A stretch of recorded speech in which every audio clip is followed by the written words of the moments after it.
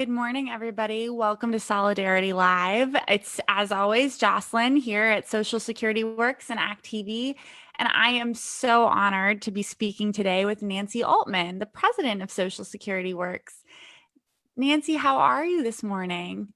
Well, I'm doing well, although as everyone knows, we're living in a really unbelievable time. Yes. So I have so many questions for you. I don't even really know where to start, but okay, so for those who don't know, unfortunately, there is a long-standing Republican plan to plunder Social Security, and it's looking like Trump is actually going to maybe take us there. His plan to cut the payroll tax would result in defunding Social Security and many people losing benefits as early as next year. Nancy, am I explaining this poorly? What does this look like for people? You were explaining it exactly correctly. Everyone should be on red alert. Everyone who cares about Social Security, who has family members who receive Social Security, who hope to get Social Security one day, who are contributing to Social Security, should be on red alert. As you correctly said, there's been a small ideological, fringe group that has opposed Social Security since the 1930s when it was first enacted. President Dwight Eisenhower, Republican president, wrote to his brother in the 1950s, a letter that's now online, that there are those who oppose Social Security. He called them a tiny splinter group. Their number is negligible and they are stupid. Unfortunately, a member of that tiny splinter group now sits in the Oval Office. And indeed, as you say, he is a clear and present danger to Social Security. Well, and I think that it's disgusting to the privatization of any public good is a disgusting thing. But with Social Security, it's especially egregious because these are people's money. Like this comes from us. We pay for our own later life care, and they're just going to take it for what? You are exactly right. It is, in fact, again, quoting Republican President Dwight Eisenhower, he called it part of our sturdy self-reliance, that we all are contributing towards our own security. But Jocelyn, you know how much money Wall Street gets from Social Security? It pays out $1 trillion a year in benefits. It's got extremely low administrative costs. Less than a penny of every dollar spent is spent on administration. 99 cents, more than 99 cents is paid back in benefits, and zero of that goes to Wall Street. So, as I say, there are those who want to get their hands on it, and Donald Trump, who lies about everything, said when he was running that he was not going to cut Social Security. If you look at his record before he started running, it was clear he opposed Social Security. If you looked at his record while in office, every single one of his budgets proposed cuts to Social Security, and he now seems to have discovered a way to defund it unilaterally without Congress and destroy it for all of us. Well, so what is Congress doing, and what can we be doing to stop this madness? Well, as you say, Social Security doesn't contribute a penny to the federal debt. It is completely self-supported by our contributions. It's held in trust. In legal terms, all of us who contribute are the beneficial owners. And Donald Trump has been obsessed. He called it a Ponzi scheme. He said he wanted to privatize it before running for office. Since in office, he has been obsessed with defunding it. Now, normally you'd think that takes Congress, and until recently, I think he thought it took Congress. And it should require Congress, and Congress has been resisting it. Even Republicans have called it raiding Social Security, and they don't want to do that right before an election. No, of course not. So he's discovered a way, which is there's a arcane provision in the Internal Revenue Code that says when there's a federally declared disaster or a terrorist attack, you can defer taxes. So that's how we had our taxes deferred from April 15th to July 15th. Well, he said, oh, this is a good idea. What if I just keep deferring Social Security? as I say, it's completely funded. It doesn't have any borrowing authority. Mhm. So if you stop paying into it, it stops paying benefits. And that is really devious, underhanded, stealthy attack. He's done it now. He's sort of like testing the waters. On August 8th, he directed the Secretary of the Treasury to defer those contributions for 4 months till January 1. But he did say, if reelected, he would, this is his word, he would terminate those contributions. And when he says terminate contributions, that also terminates Social Security. That's just so disgusting. And I mean, what's crazy about this is his base. Trump's base is primarily people who rely on Social Security. Why aren't people getting this, Nancy? You think they would be up in arms. Yes, and I'm so appreciative of you having me on, because I think what we need to do is get the word out. I think the mainstream media is not taking it seriously enough, as they, I think, haven't taken seriously enough all of his threats. He just committed a felony by telling people to vote twice. And it's kind of, yeah, people are kind of making noise about it, but I haven't looked at Fox News. I don't know how much they're reporting about it. It is so Donald Trump won seniors votes in 2016, white seniors. People were voting against their interests, but he said he wasn't going to touch the Social Security, Medicare, Medicaid. So I'm sure a lot of people just voted on other issues. Now, of course, he's got their attention because COVID-19 is a particular threat to seniors and people with disabilities. And he's, what's going on in nursing homes, his incompetent handling, he's really killed seniors. As he's killing seniors, he's taking the money out of our pockets at the same time. He's robbing us. And I'm just hoping that the mainstream media catches on and gets the word out. I think the Republican betrayal of older Americans is just egregious. And it's like you said, Nancy, why is everybody not talking about this? It's fundamentally disgusting. This is their voting base. And these are the people who are dying at the highest rates of COVID-19. And they're being left to the sideline financially, public health wise. So when you talk to people about this, is it just like a cognitive dissonance, or do you think it's, again, just a lack of awareness? Well, I do think the polling is showing that white seniors are moving away from Donald Trump. And I think it's for these reasons. There's really, there are plenty of explanations, but I think these are, when it gets your attention, when you're feeling that someone's, doesn't care if you live or die. Yes. And, that's more serious, but also serious is your economic security. You don't want to be on the street, which is what would happen.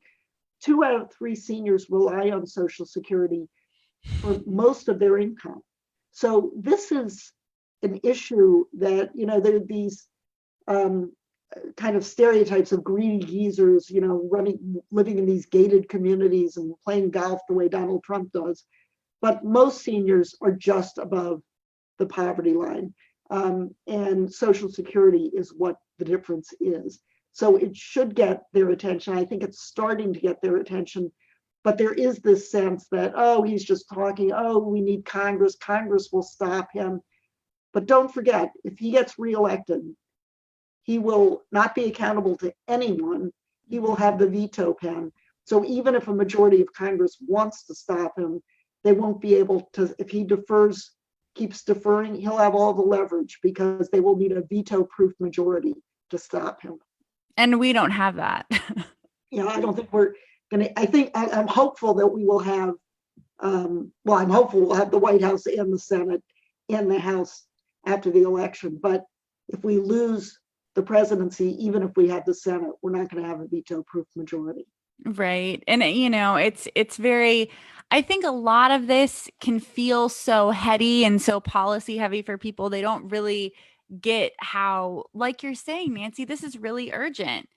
Well, and let me say a couple things. One is, of course, all the Republicans in elected office are complicit. None of them are speaking out against this. But the in case people think, oh, this is just partisan talk, and that's, I think, part of the noise too. The Social Security Administration, what Social Security is wage insurance. It's insurance against the loss of wages in old age. If you become, it's disability insurance and life insurance. And like any insurer, there are about 40 actuaries employed by the Social Security Administration who are projecting, making projections about this to make sure benefits can always be paid. The chief actuary was asked what would be the effect of doing what Donald Trump said. If starting January 1, 2021, the payments, we just stop paying the contributions. And what he said was, what his letter says, and it's online, anybody watching can go to ssa.gov, /OACT and find the letter. What the letter says is that by the middle of 2021, the 10 million people who are getting disability benefits will get zero. And by 2 years later, the 55 million people getting old age benefits and survivors benefits will get zero. If that doesn't get people's attention, I don't know what will. Especially in the middle of a pandemic and an economic depression. Like, what are people supposed to do if they lose their benefits? I mean, I don't know about you, but I don't want anyone I love who's retired and in this situation to go back to work right now. What are people expected to do? Well, and that's if they can go back to work. I mean, we're talking about people who are in their 80s, their 90s. Yes. Maybe they can go to Walmart, but, not be a greeter, but not likely. Before Social Security was enacted, people generally worked as long as they could. And when they couldn't, most people cannot work forever. And certainly people in physically demanding jobs can't work forever. They literally moved in with their adult children. Yeah. Those that didn't have children who could or would take them in literally went to the poorhouse. Every state but New Mexico had poorhouse or poor farm that was disproportionately older people who'd been independent their entire lives, but as they grew old, they had nothing to do with, and people in the poorhouses were called inmates. This is not that long ago. We're talking about the 1930s, less than 100 years ago. And the problem is, are we going to return to that? If we don't have Social Security, people either are going to be on the street or they're going to be begging for their families to take them in.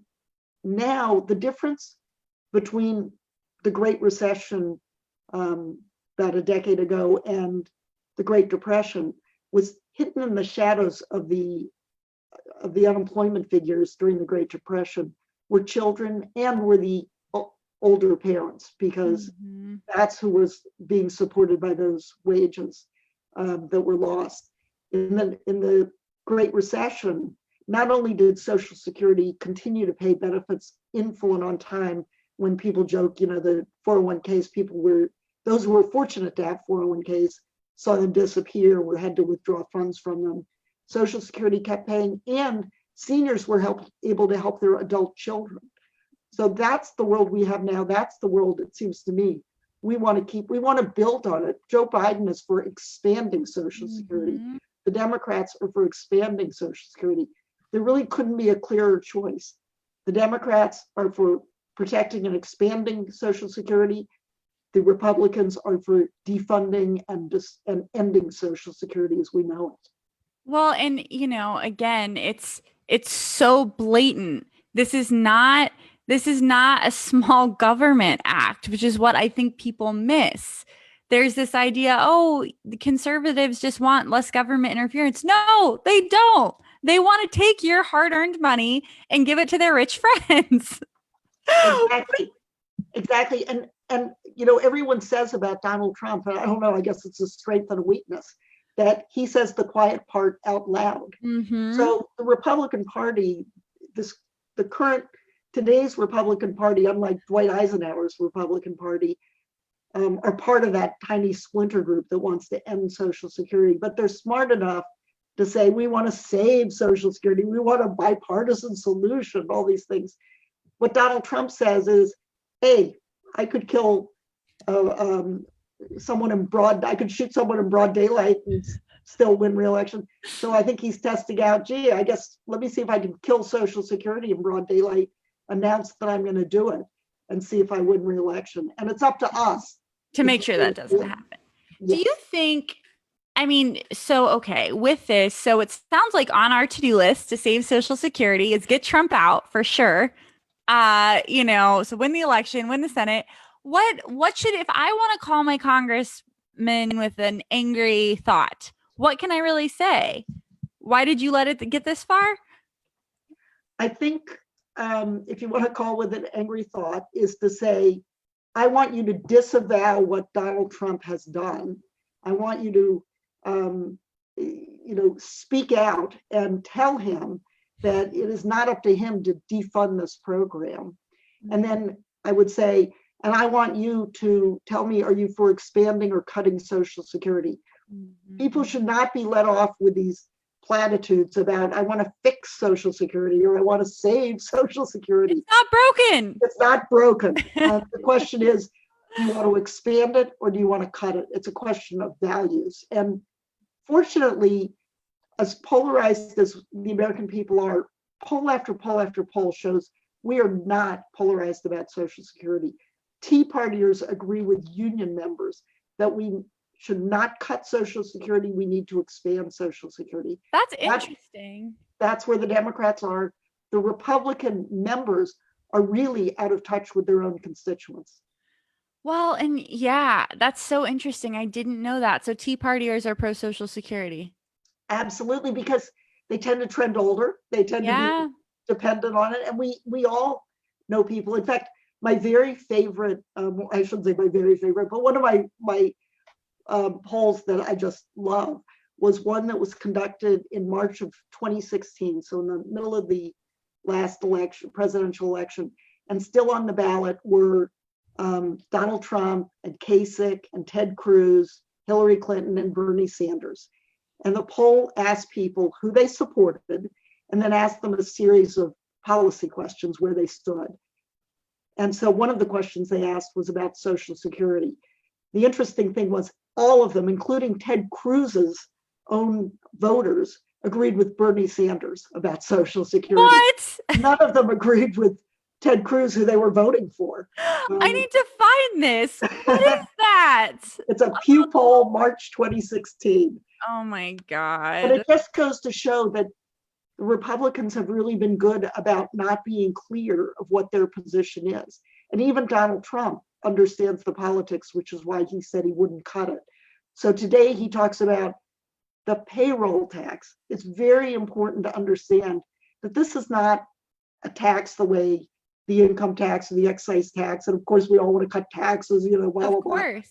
This is Social Security's dedicated contribution. This is dedicated revenue that we all pay. FICA, which is the authorizing statute, and it's the FICA withholding, stands for the Federal Insurance Contributions Act. What's really important to understand was that was enacted in the 1930s. That was well before the Madison Avenue names for legislation. That was before the Patriot Act, No Child Left Behind, all these, sort of Madison Avenue names. When they raised taxes, they called them revenue acts. When they worked on letting union workers be able to collectively bargain, they called it the National Labor Relations Act. And when they wanted to fund Social Security, they called it the Federal Insurance Contributions Act. That was not spin.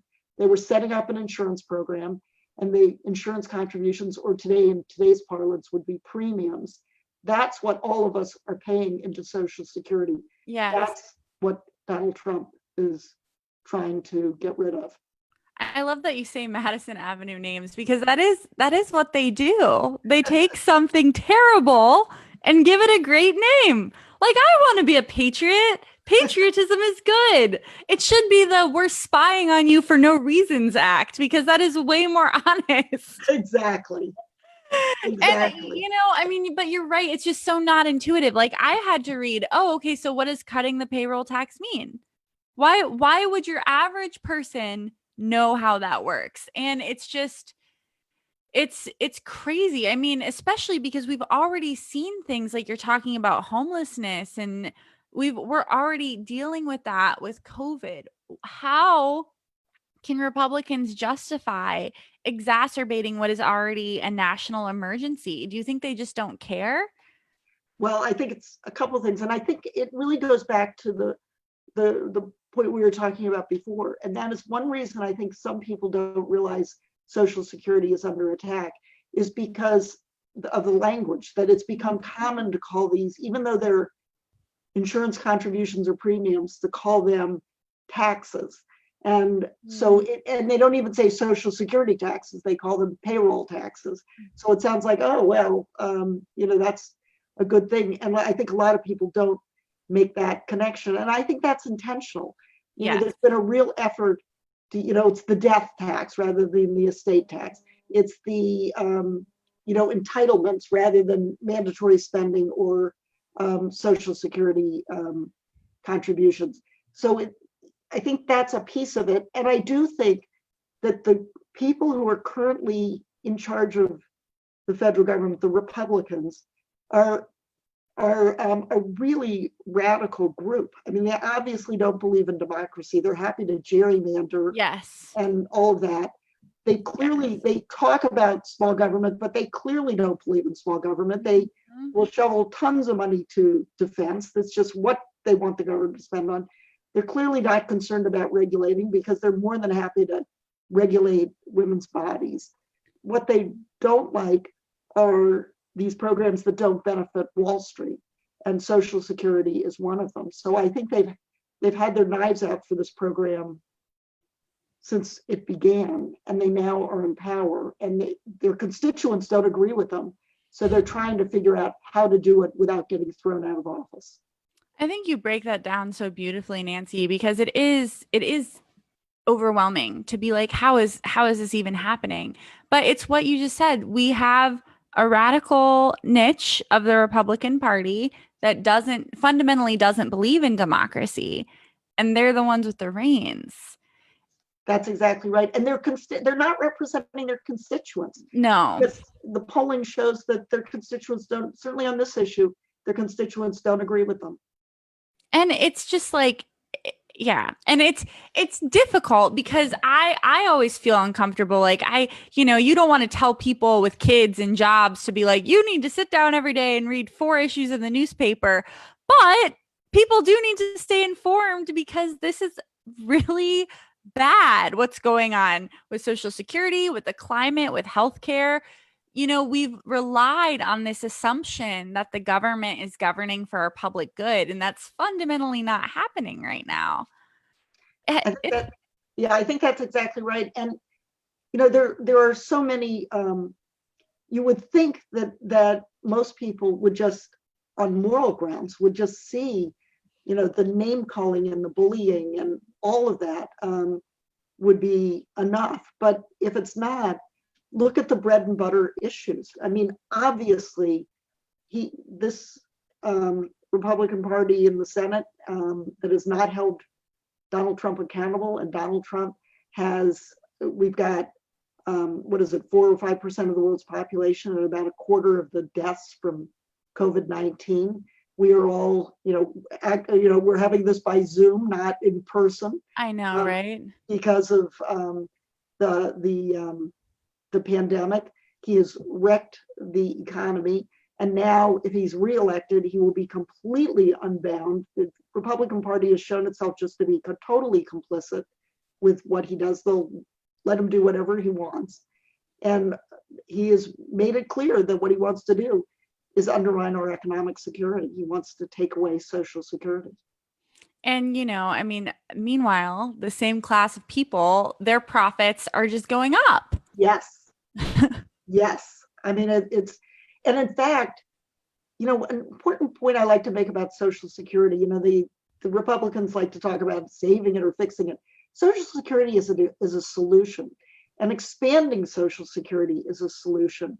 We have a retirement income crisis where too many people who are working today we no longer have private sector defined benefit pension plans that are disciplining traditional plans, 401ks to those who are fortunate enough to have them, are inadequate for virtually any but the very, very wealthy, the Mitt Romneys of the world. So people in the future are going to rely on Social Security more. So the obvious thing to do is to expand Social Security. That retirement income crisis is getting worse thanks to the pandemic, because so many people are out of work, so many people are drawing down. Those who are fortunate to have 401ks are drawing them down.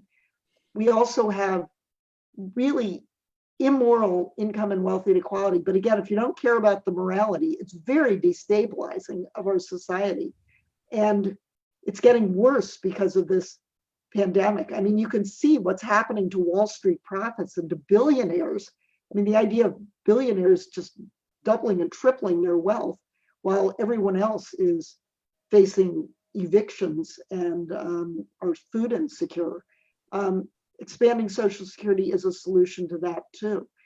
So it is the last time we had this kind of income and wealth inequality was in the 1920s, and Congress established the minimum wage, gave workers the right and the power to collectively bargain, and started Social Security. What we should do now is sweep the current Republicans out of office, get a new slate of people in, and then fight to raise the minimum wage, strengthen workers' rights to collectively bargain, and expand Social Security. Well, and Nancy, I mean, like, I love every single thing you're saying, first of all. But I love the point you make about this isn't okay. So rich people never give us things because they're nice. They do it because, as you said, to not do so is incredibly destabilizing. Like, if I'm a rich person, I don't want to live in a country where poor people are running around with, trying guillotines and pestilence. Like, it's just a bad situation. Like, they should just give us our retirement accounts and let us be happy.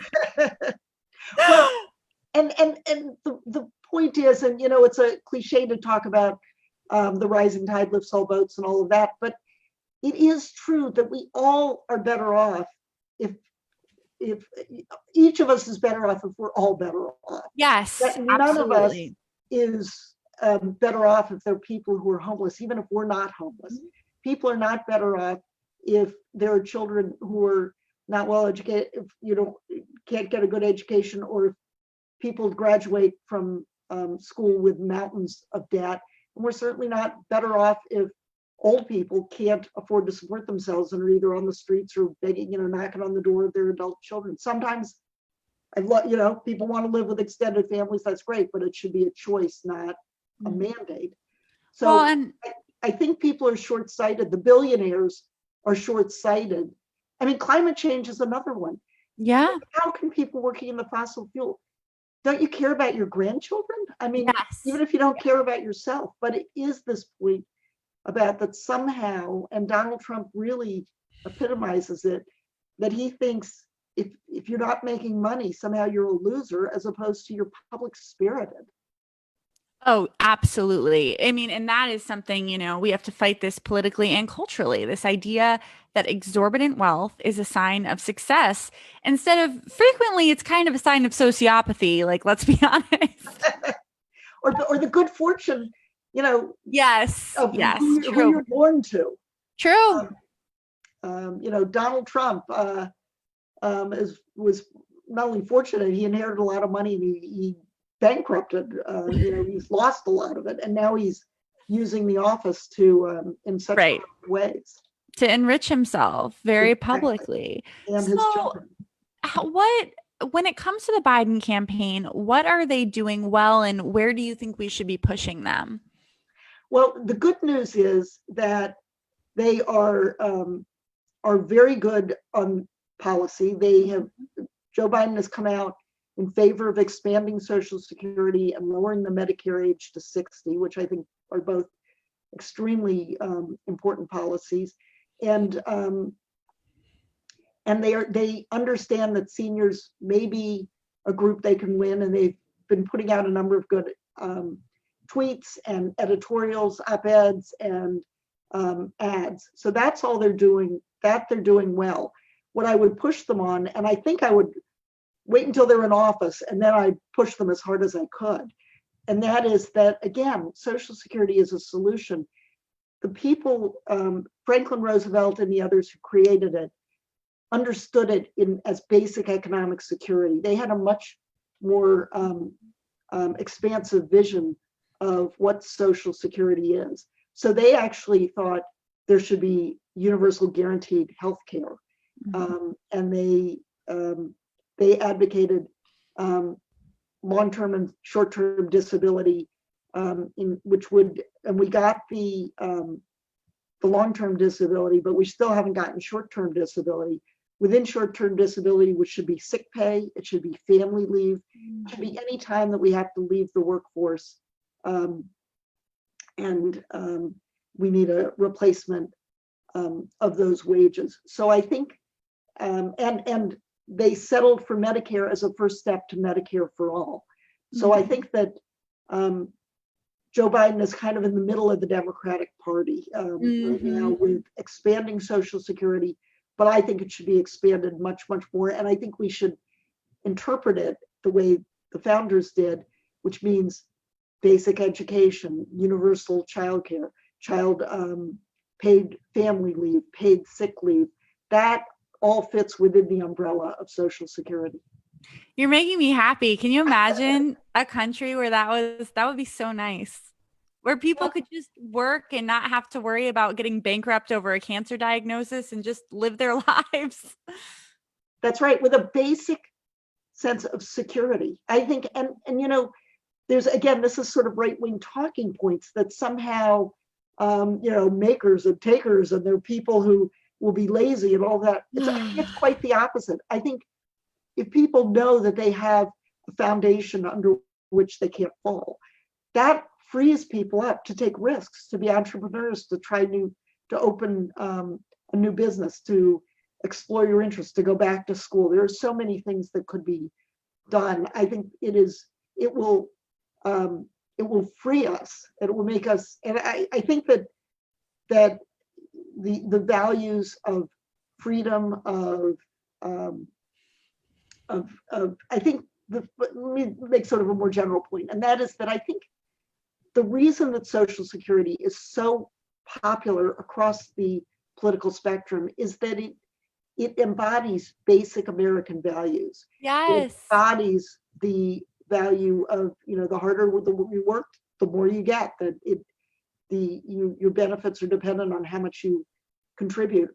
It also, though, understands that we're all in it together, and that the lower income you are, the less discretionary income you are. So you should get a benefit that's a higher percentage of your pay, which is what Social Security does. It values us as a community. It's a family program. It really supports the family, and as Dwight Eisenhower, as I like to say, he talked about it as sturdy self-reliance. So it's the idea that each of us has individual responsibility, but we have universal risks. Yes. Any of us, rich or poor, could, you know, step in front of a bus and become so disabled that we can never work again, or die, leaving young children. We all hope to live, you know, a long, healthy life. Social Security is a benefit you can't outlive. No matter if you live to 120, you'll still get that monthly benefit. So I think people recognize the value of Social Security. And what I would urge Joe Biden and the Democrats to do is talk about the values, not the details and get too much into the weeds, but the values which unify us. Well, and like the idea that it's almost like we've become Stockholm syndromed into the level of current, like, panic and anxiety we currently feel. It doesn't have to be this hard. We are the richest country in the world, and we fund this ourselves. It's our money. There is no reason that we should give it up to Wall Street.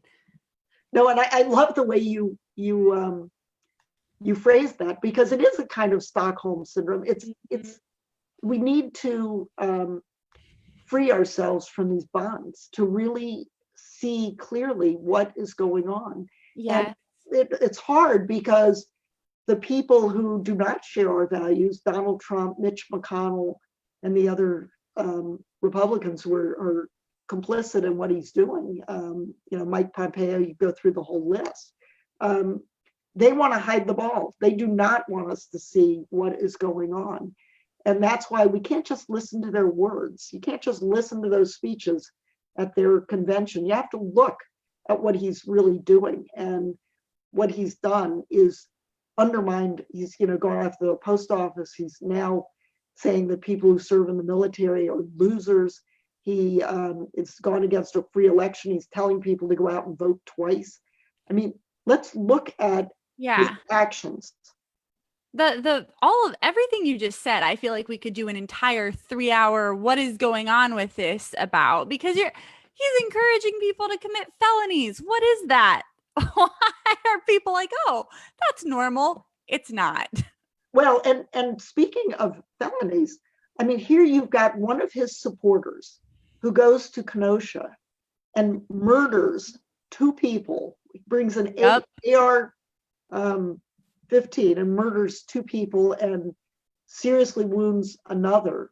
And Donald Trump could say all kinds of things. He could say, I don't want to, it's a case in process, it's this, he could, I mean, what he should say is what Joe Biden said, which is violence on either side. But even if he didn't want to go that far, he could say, he could, kind of slip away.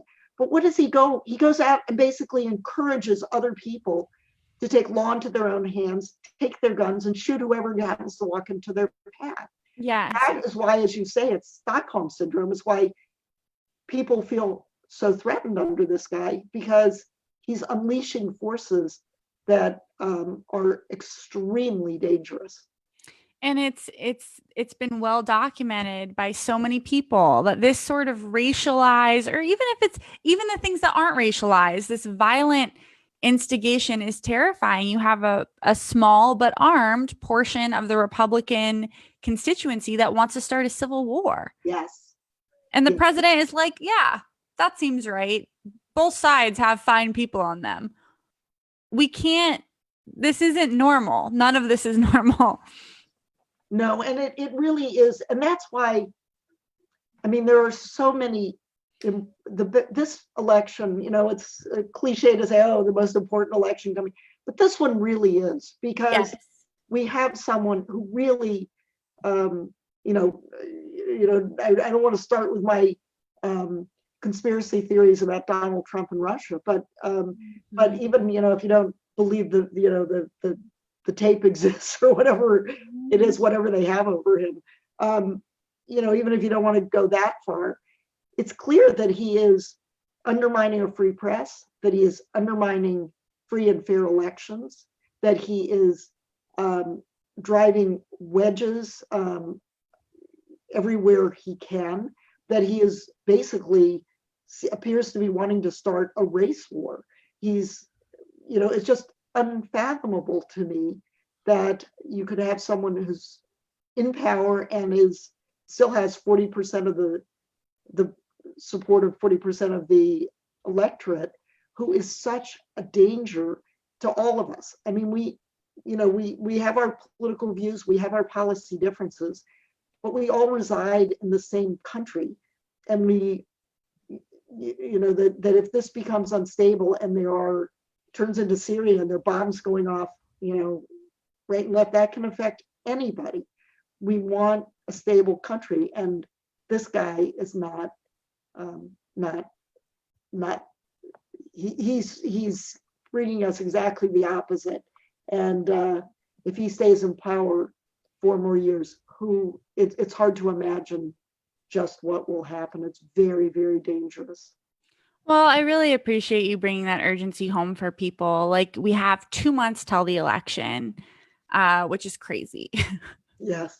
This year feels simultaneously like a decade, and also like, where did the time go at the same time? But I know that we've kept you long over what we asked you for, but Nancy, you're wonderful. What do people absolutely need to be doing right now to protect everything that Social Security stands for? I think the first thing is to get the word out. And again, if you don't believe me, or you want, you're worried about fake news, go to the Social Security Administration website. You can read it for yourself, the chief actuary's letter. But what I think people need to do is let everyone they know, their family, their friends, especially if they know people in swing states. It's a whole other topic, the system that we have, but those votes are actually more important. If they know people in swing states, to get the word out that if they want to see their Social Security benefits expanded, they should vote for the Democrats. If they want to see the program ended and the contributions they've made just gone, they should vote for the Republicans. That's what's at stake in this election. It's an all hands on deck. I think everybody needs to do it. And, and this has been said, vote early, and just make sure your voice is heard. Now I feel inspired. I feel like I should go do some virtual phone banking or something. Nancy, thank you so much. Oh, I can't believe I forgot to mention she has an amazing book coming out in April. Is that correct? That's correct. Nancy Altman, Why Social Security Works for Everyone. And can people pre-order that book? I think it is. I know people like independent bookstores. It's the New Press. And it's Social Security Works for Everyone. I believe there is I don't know if you can pre-order it yet, but there is something on Amazon about it, but It will be coming out. Thank you so much, Nancy, for being with us today. And you guys, seriously, this is a huge deal. Please pay attention and get these people out of office. I mean, they're not qualified to work at an Applebee's, much less run the government. So thank you for being with us today on Solidarity Live. Everybody have a wonderful weekend. And thank you so much for having me.